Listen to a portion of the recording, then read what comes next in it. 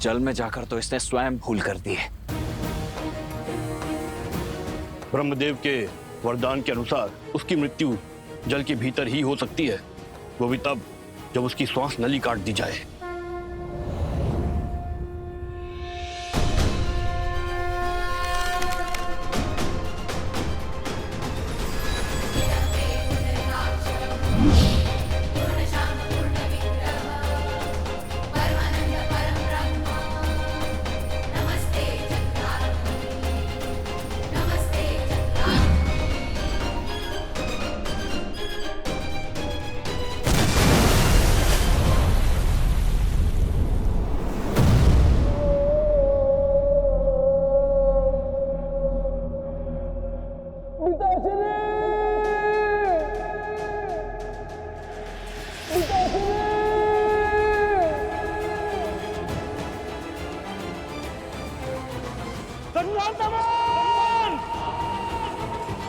भास्कर, जो भूल रावण ने की थी वो तुम मत करो।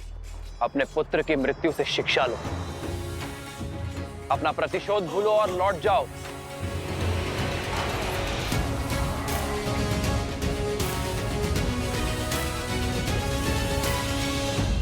लक्ष्मण, तुमने मेरे प्राण, मेरे प्यारे पुत्र से नरदमन का वध किया है। अब मेरे प्रकोप से तुम दोनों भाइयों को कोई नहीं बचा सकता, कोई नहीं। भास्कर, ये क्रोध ही तुम्हारे विनाश का कारण बनेगा, क्योंकि सत्य और धर्म की लौ के आगे तुम्हारा ये झूठा दम अवश्य तोड़ेगा। आज तुम्हारे अत्याचार और आतंक का अंत होकर रहेगा भास्कर।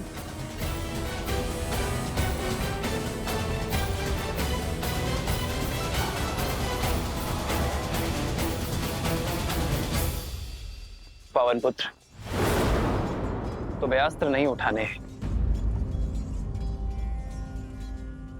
किंतु इसके मर्दन के लिए तुम्हारी ही आवश्यकता होगी।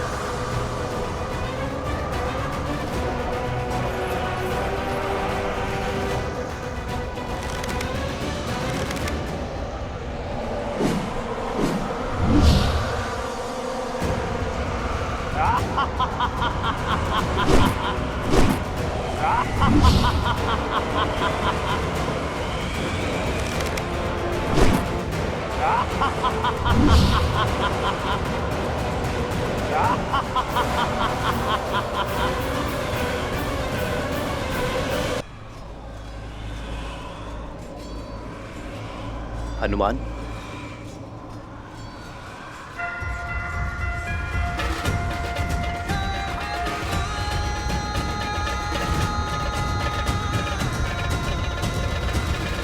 पिताश्री वायुदेव प्रकट हो।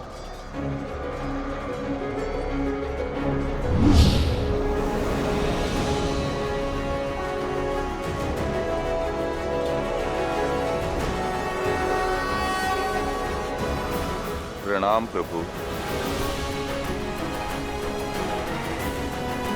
कैसे स्मरण किया पुत्र? पिताश्री, राम काज में आपकी सहायता की आवश्यकता है। मैं कुछ क्षण के लिए आपको अपने अंदर बसाना चाहता हूँ।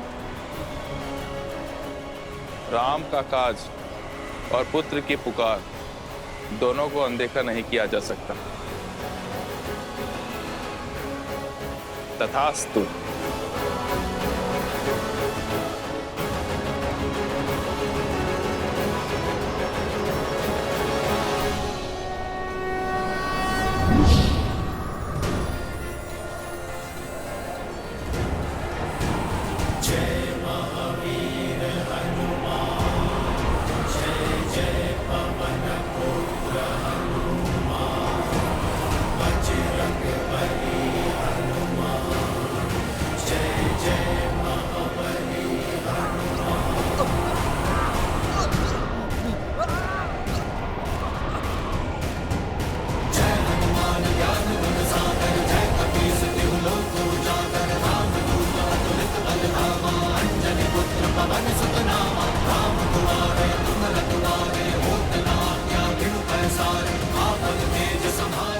भैया, यदि हमने और देरी दिखाई तो कदाचित हम सभी का अंत हो जाएगा।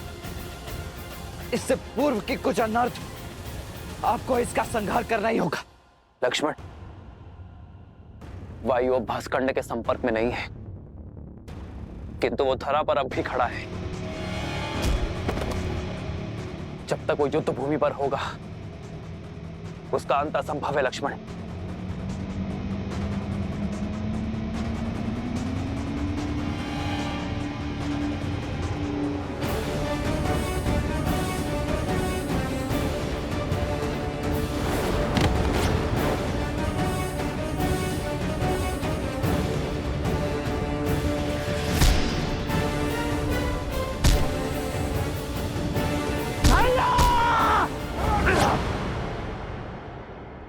प्रहार कीजिए।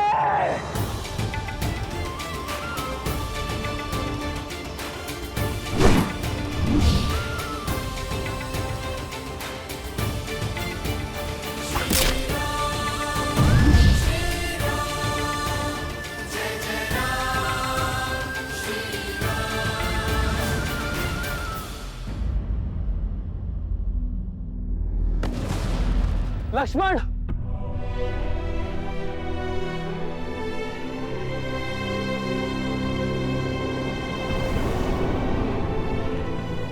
लक्ष्मण, लक्ष्मण, लक्ष्मण, लक्ष्मण, लक्ष्मण, लक्ष्मण,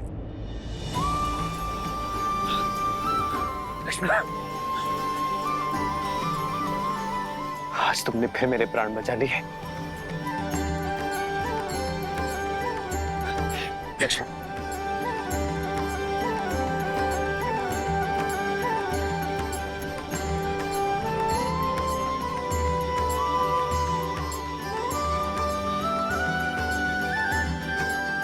भैया, आपकी विजय के लिए तो मृत्यु से पराजय भी मेरे लिए परम विजय है। कल प्रातः हम अयोध्या के लिए प्रस्थान करेंगे और वहां प्रत्येक घर पर हमारे विजय की पताका लहराएगी। जाओ लक्ष्मण, अब सेना से भी निश्चिंत होकर विश्राम करने को कहो। जो आज्ञा भैया।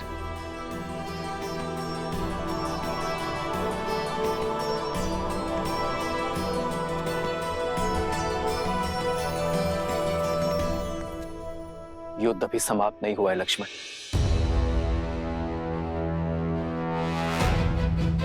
युद्ध तो अब आरंभ होगा, वो युद्ध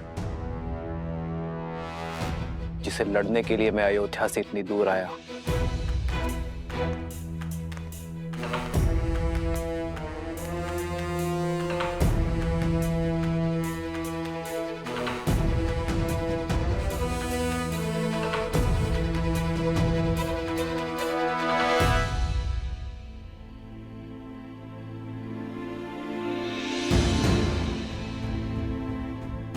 लोग आजकल कानाफूसी कर रहे हैं, राजा राम और माता सीता के विषय में। हाँ, मेरे पति ने भी मुझे राजमहल की सेवा छोड़ने के लिए निर्देश दे दिया है। वैसे भी श्री राम के प्रेम के आगे उनको कुछ गलत नहीं लगता। वो तो कुछ भी नीति बना सकते हैं। उनको कौन है कहने वाला?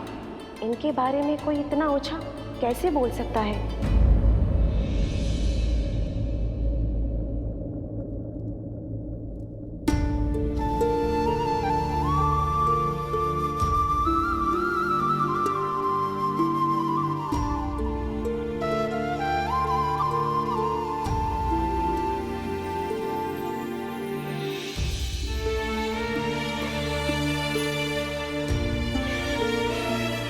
सीता कभी चिंतित हो ही नहीं सकती यार, परंतु एक होने वाली माँ का स्वप्न बिगड़ जाने का शोक अवश्य है।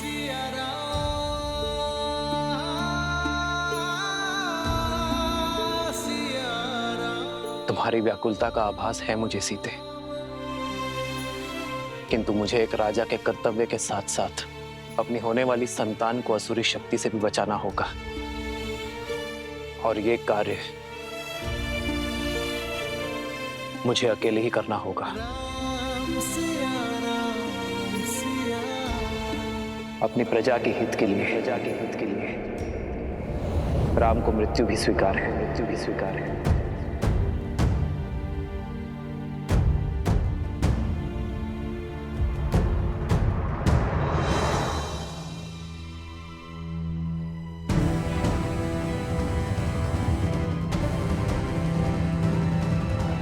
इतनी रात्रि में धनुष लेकर प्रभु अकेले कहाँ पे जा रहे हैं?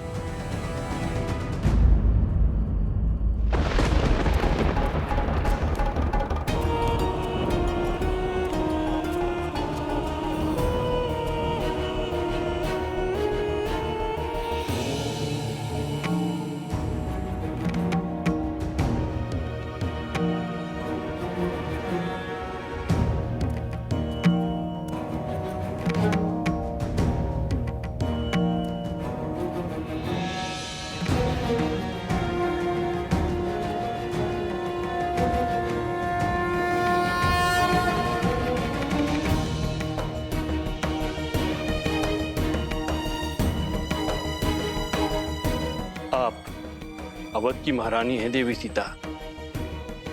आपका व्यथित होना प्रजा के हित में नहीं। प्रजा की ही चिंता में हूँ गुरुवर। नागरिकों के विचारों में मलिनता आ रही है और मन में शंका का विष खुल गया है। ये नगर में कौन सी असुरी शक्ति पग पसार रही है गुरुवर?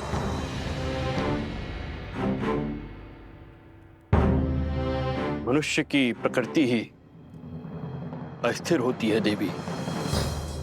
सफलताओं के बीच असफलता का भय, यात्रा के प्रारंभ होने में घर छूट जाने का भय, विवाह के समय स्वतंत्रता छिनने का भय, नए उत्तरदायित्वों का संकोच सदा रहता है। मन में सदा द्वंद्वों का भंवर चलता ही रहता है। ये उचित है कि संसार का आधार सत्य है, किंतु यहां असत्य भी उपस्थित रहता है।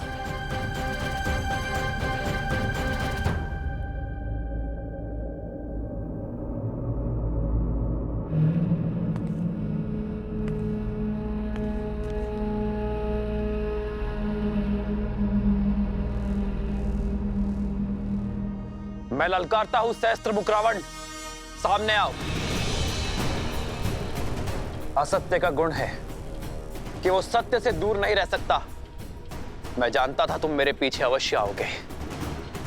अब बात और वार छुप कर नहीं, सम्मुख होकर होंगे। हार जाओगे राम, मुझे जितना काटोगे उतना ही मैं भरूंगा। हार जाओगे, पराजय स्वीकारो। छिपने का कोई लाभ नहीं सहस्त्रमुख रावण। राम, मुझे जितना काटोगे उतना ही मैं भरूंगा। हार जाओगे, पराजय स्वीकारो।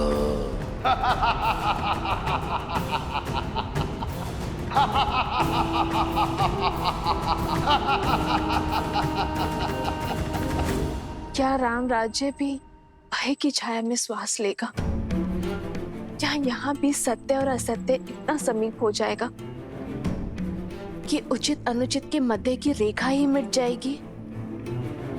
क्या रघुकुल के राघव की विजय पर भी प्रश्न चिन्ह लगेंगे गुरुवर? राम सिंहासन पर अवश्य आरूढ़ हो गए हैं देवी, किंतु किसी भी अभूतपूर्व कार्य के सफल होने में समय लगता है। राम राज्य स्थापित होने में भी अभी समय है। धर्म और कर्म के अमृत से इस धरा को सींचना होगा। राम को अभी और संघर्ष करना होगा।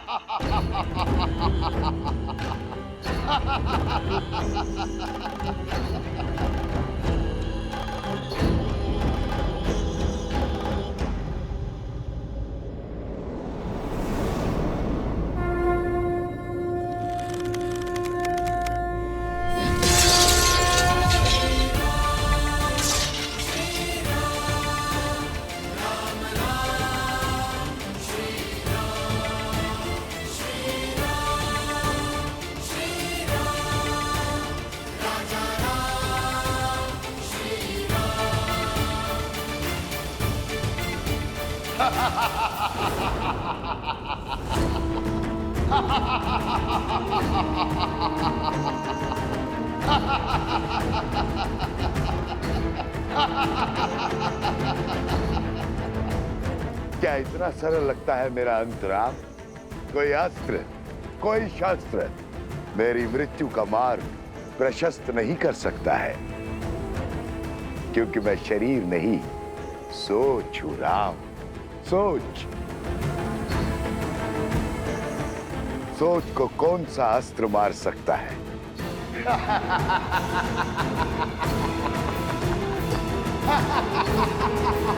जिसके बाण असत्य हो, धनुष अधर्म हो, उसे पराजित करना सरल नहीं होता। बार बार दोहराया गया सत्य सत्य प्रतीत होने लगता है, मन में संदेह उत्पन्न करने लगता है। इसलिए आवश्यक है कि ऐसी स्थिति में व्यक्ति का मन दृढ़ हो, और ये दृढ़ता बल से नहीं संस्कारों से आती है। संस्कार से ही इसे पराजित किया जा सकता है। ऐसे संस्कार जो व्यक्ति की चेतना को पवित्र करे और समस्त संसार में संस्कारों को स्थापित करती है। स्त्री शक्ति अर्थात इस भयंकर असुर को केवल एक स्त्री शक्ति ही पराजित कर सकती है, किसी राजा के बल की शक्ति नहीं।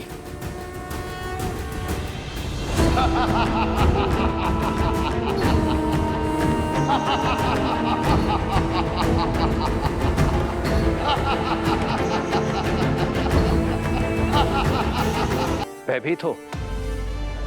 क्या तुम ये देखने आए हो कि कहीं मैं तुम्हारे मामा भास्कर्ण का वध कर तुम्हें निर्बल ना कर दूं? भय भास्करन की मृत्यु का नहीं है राम, भय तो तुम्हारी मृत्यु का है। कहीं भास्करन तुम्हें मार देता तो मुझे बहुत दुख पहुंचता, क्योंकि तुम्हारी मृत्यु का निमित्त मैं अचंभित था कि तुम भास्करन से युद्ध करने स्वयं क्यों आए। पर अब मुझे समझ आया, तुम मुझ तक पहुंचना चाहते थे। अयोध्या से दूर मेरा सामना करना चाहते थे। यदि तुम मुझसे युद्ध करना चाहते हो सहस्त्रमुख, तो आओ, उठाओ वस्त्र और युद्ध करो।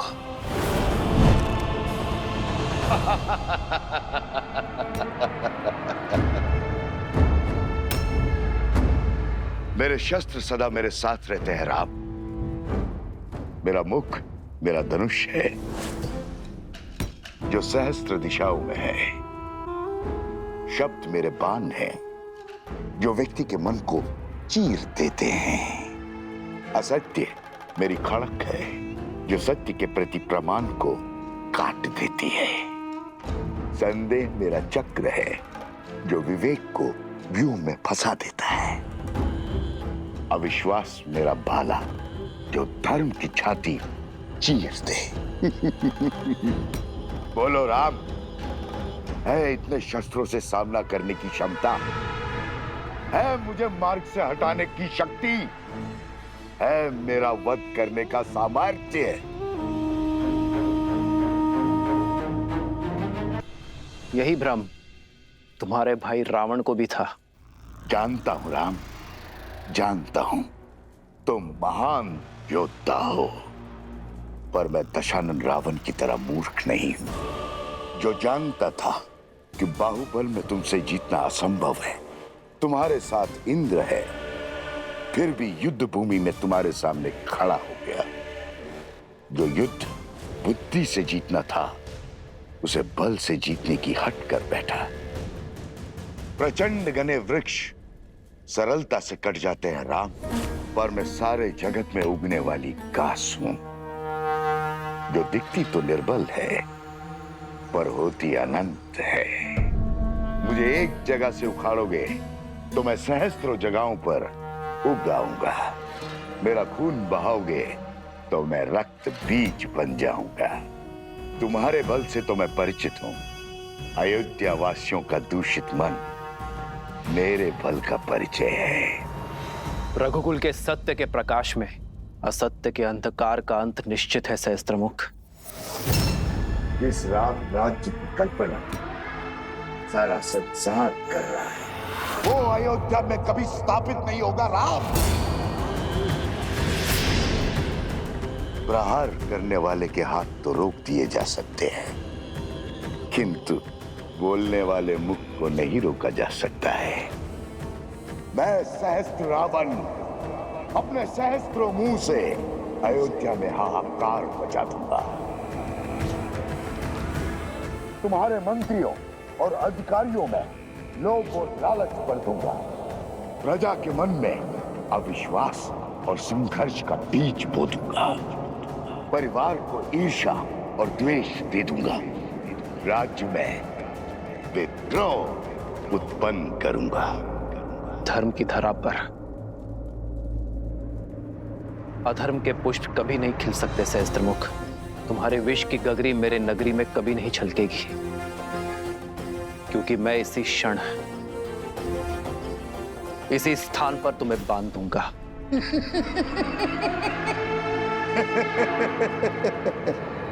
देर कर दी राम, बाण धनुष से छूट चुका है। प्रजा छोड़ो, तुम तो अपनी पत्नी सीता की भी रक्षा नहीं कर पाओगे। लोक अपवाद से, निंदा से, कुमंत्रणा से अपनी आने वाली पीढ़ी तक की रक्षा नहीं कर पाओगे। अपमान से जब असत्य परिवार में प्रवेश करता है तो प्रेम और सम्मान सबसे पहले खिड़की से भाग जाते। सच कहूं राम, मैं तुम्हें मारूंगा नहीं, मैं तो तुम्हें जीवित रखकर तुम्हारी मृत्यु का आनंद लूंगा। तुम्हारी मर्यादा के वध का साक्षी बनूंगा। जब पूरा विश्व एक सुर, एक राग में बोलेगा कि राम की सीता दूषित है, अपवित्र है, चरित्रहीन है।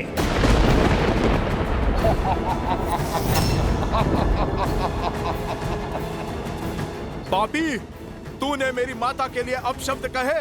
हनुमान,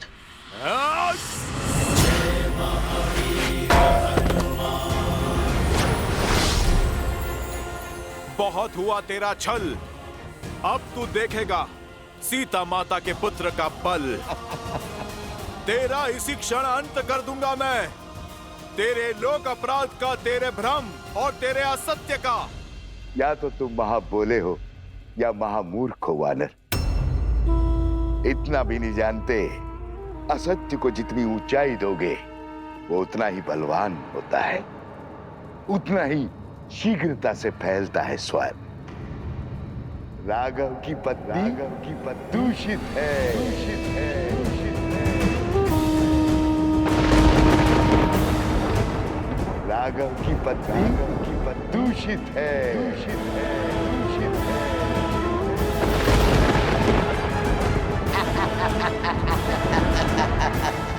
राघव की पत्नी दूषित है।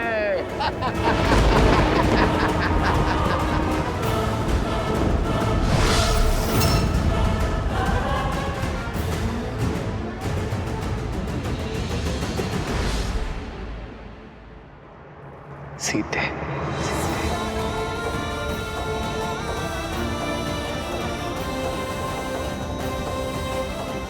अधर्म ने चाहे जितने भी सशक्त कवच पहने हो, मेरे श्री राम उसके अंत का कोई ना कोई हल अवश्य निकाल लेंगे।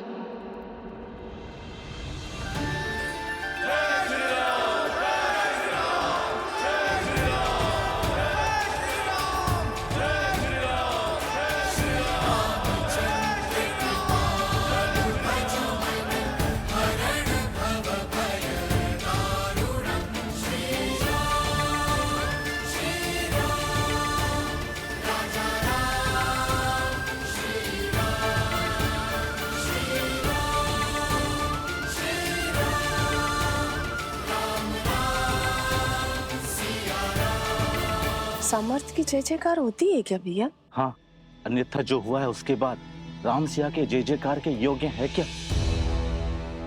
जिस राम राज्य की कल्पना सारा संसार कर रहा है, वो अयोध्या में कभी स्थापित नहीं होगा। राम, तुम्हारे मंत्रियों और अधिकारियों में लोभ और लालच भर दूंगा, परिवार को ईर्ष्या और द्वेष दे दूंगा, राज्य में विद्रोह उत्पन्न करूंगा। हनुमान, ध्यान रहे, सहस्त्रमुख का उल्लेख अयोध्या में किसी के आगे नहीं होना चाहिए। पर प्रभु, प्रजा को सावधान करने की आवश्यकता है।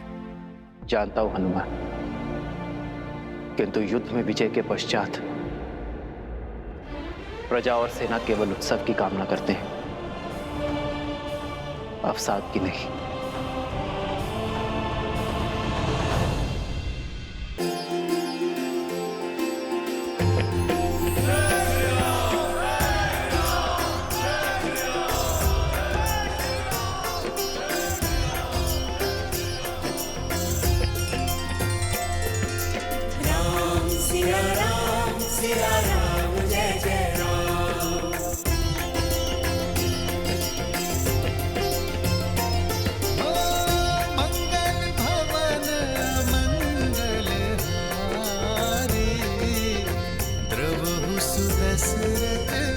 वज्र विहारी।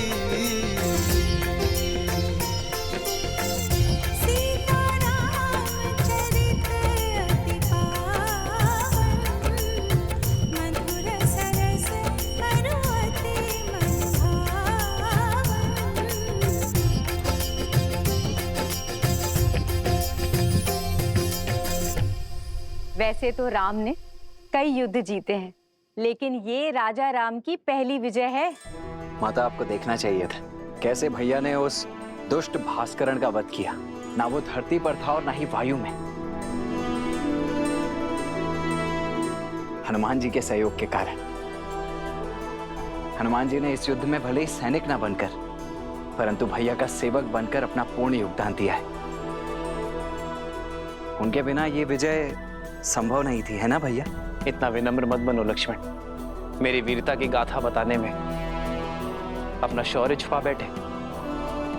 संहार दमन को कितने साहस के साथ मारा है तुमने, और भास्करण का वध करने में अपने प्राण तक दांव पर लगा दिए। ये विजय केवल राजा राम की नहीं, समस्त अयोध्या की है। और अयोध्या इसी प्रकार हर युद्ध को जीतेगी, फिर चाहे वो युद्ध भीतर का हो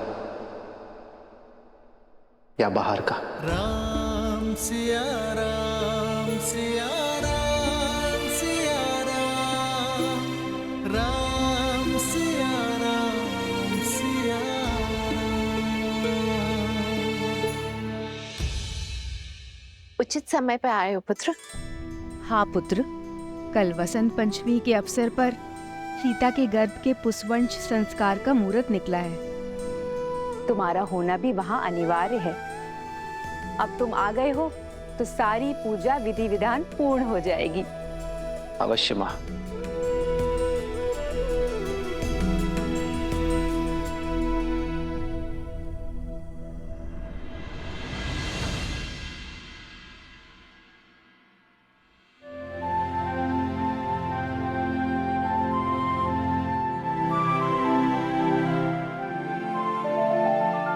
चौंकिए मत,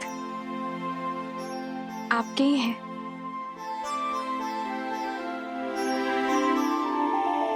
कौशल्या माता ने दिए। कह रही थी जिन खिलौनों से पिता खेले हैं, पुत्र भी उन्हीं से खेलेंगे। वैसे राजा बनने के पश्चात आप एक वचन भूल सा गए हैं आर्य। कैसा वचन सीते? वही जो विवाह के समय दिया था।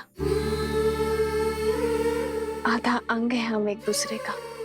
सुख के साथ साथ दुख और चिंता में समान भागीदार है। तो बताइए ऐसा क्या है आर्य जिसने आपके विजय की मुस्कान को धुंधला कर दिया है?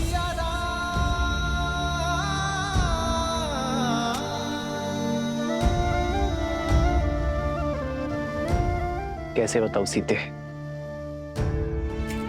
समय और नियति बहुत बड़ी परीक्षा लेने वाले हैं। आने वाला कल बहुत बड़ी कसौटी है। तो अच्छा है ना आर्य, कसौटी तो स्वर्ण को ही परखती है। आप उस असुरी माया को लेकर चिंतित है ना आर्य?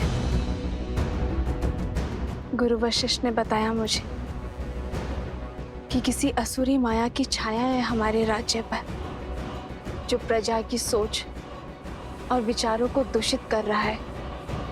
राम की सीता दूषित है, अपवित्र है, चरित्रहीन है। सोच की शक्ति समझती हूं मैं आर्य। एक बुरा विचार सभी अच्छे विचारों को दुर्बल कर सकता है। यही सत्य आपको व्याकुल कर रहा है ना?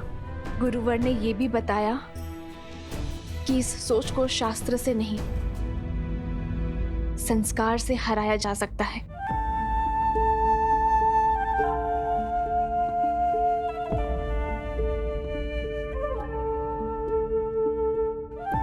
गुरुदेव ठीक कहते हैं सीते। संस्कार की शक्ति ही मन को स्थिर कर सकती है, किंतु यह इतना सरल नहीं होगा। जैसे पके हुए घड़े पर माटी नहीं चढ़ाई जा सकती, वैसे ही एक व्यक्ति के युवा हो जाने पर उसके संस्कार नहीं बदले जा सकते। संस्कार बालकों को दिए जाते हैं सीते, युवाओं को तो शिक्षित किया जाता है। और अब मैं भी वही करूंगा, अपने राज्य को, अपनी प्रजा को शिक्षित करूंगा, क्योंकि विद्या ही अब एकमात्र मार्ग है।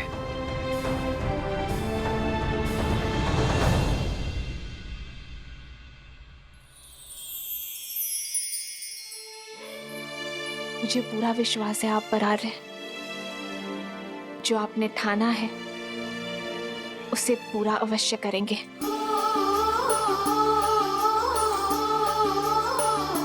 तुम्हारे साथ के बिना ये सब संभव नहीं है सीते। तुम्हारा मुझ पर अटूट विश्वास ही मेरी शक्ति है। जन्म जन्म का है ये संगम, राम रतन सीता वैभव धन। अर्धांगिनी हूँ आपकी, सदा आपके पास। हम दोनों मिलकर सब संभाल लेंगे आर्य। हम दो नहीं सीते, हम तीन। हमारे प्रेम और संस्कार का संगम है ना हमारे साथ। राम सिया राम सिया राम सिया राम, राम सिया राम सिया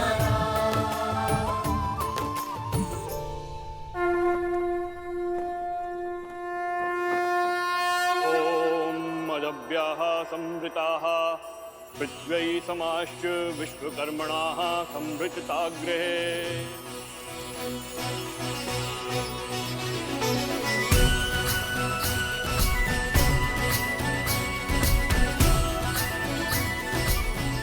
पुत्री, ये किलोई भस्म है।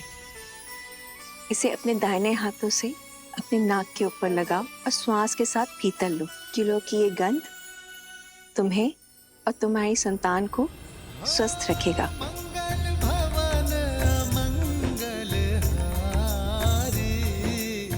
द्रवहु सुदशरथ अजर बिहारी।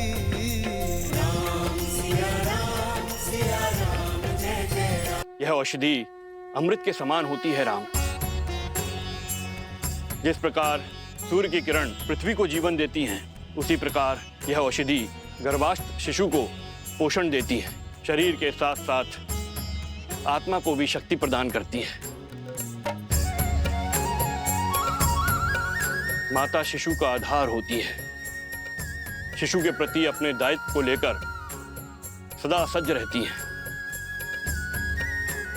किंतु शिशु और समाज के कल्याण के लिए माता पिता के साथ साथ परिवार के जनों को भी यह आश्वासन देना होगा कि वो गर्भ में पल रहे शिशु को सभी समाज की कुरीतियों से बचाएंगे और उसके विकास के लिए सदैव सहायक रहेंगे।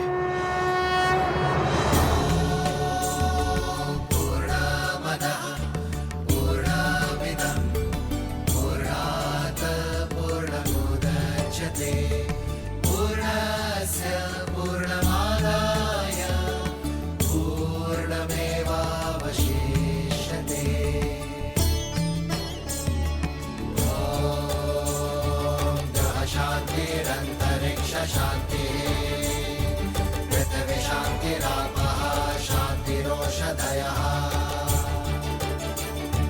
शांतिरेव शांतिः साम शांतिरेधि।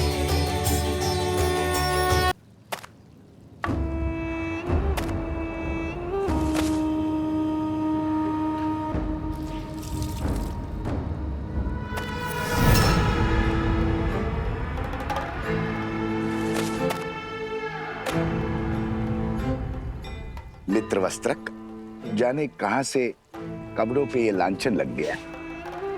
ये स्वच्छ हो जाएगा। ये तो शिव मंदिर की पिछली वाली दीवार में लगी गाय का धब्बा है। मंदिर के ऊपर जामुन का पेड़ है, उसी का रस, दियों का तेल, दीपक का काजल, सभी का मिश्रण है ये धब्बा। छूटना थोड़ा कठिन है, पर चिंता ना करो, ये धब्बा छूट जाएगा। अद्भुत, झट से पहचान लिया। गहरा अनुभव लगता है। काली को पहचान कर उसे साफ करना, ये तो वस्त्रक का कर्म है। सारी नगरी के मलिन वस्त्र यहीं आते हैं। बड़े से बड़े धनवानों के वस्त्रों के दागों को देखकर पहचान जाता हूँ कि कौन कहां से लांछन लेकर आया है। इतना गहरा अनुभव उचित है, उचित है। फिर तो ये भी जान जाते होंगे कि लांछन व्यक्ति पे लगा है या वस्त्र।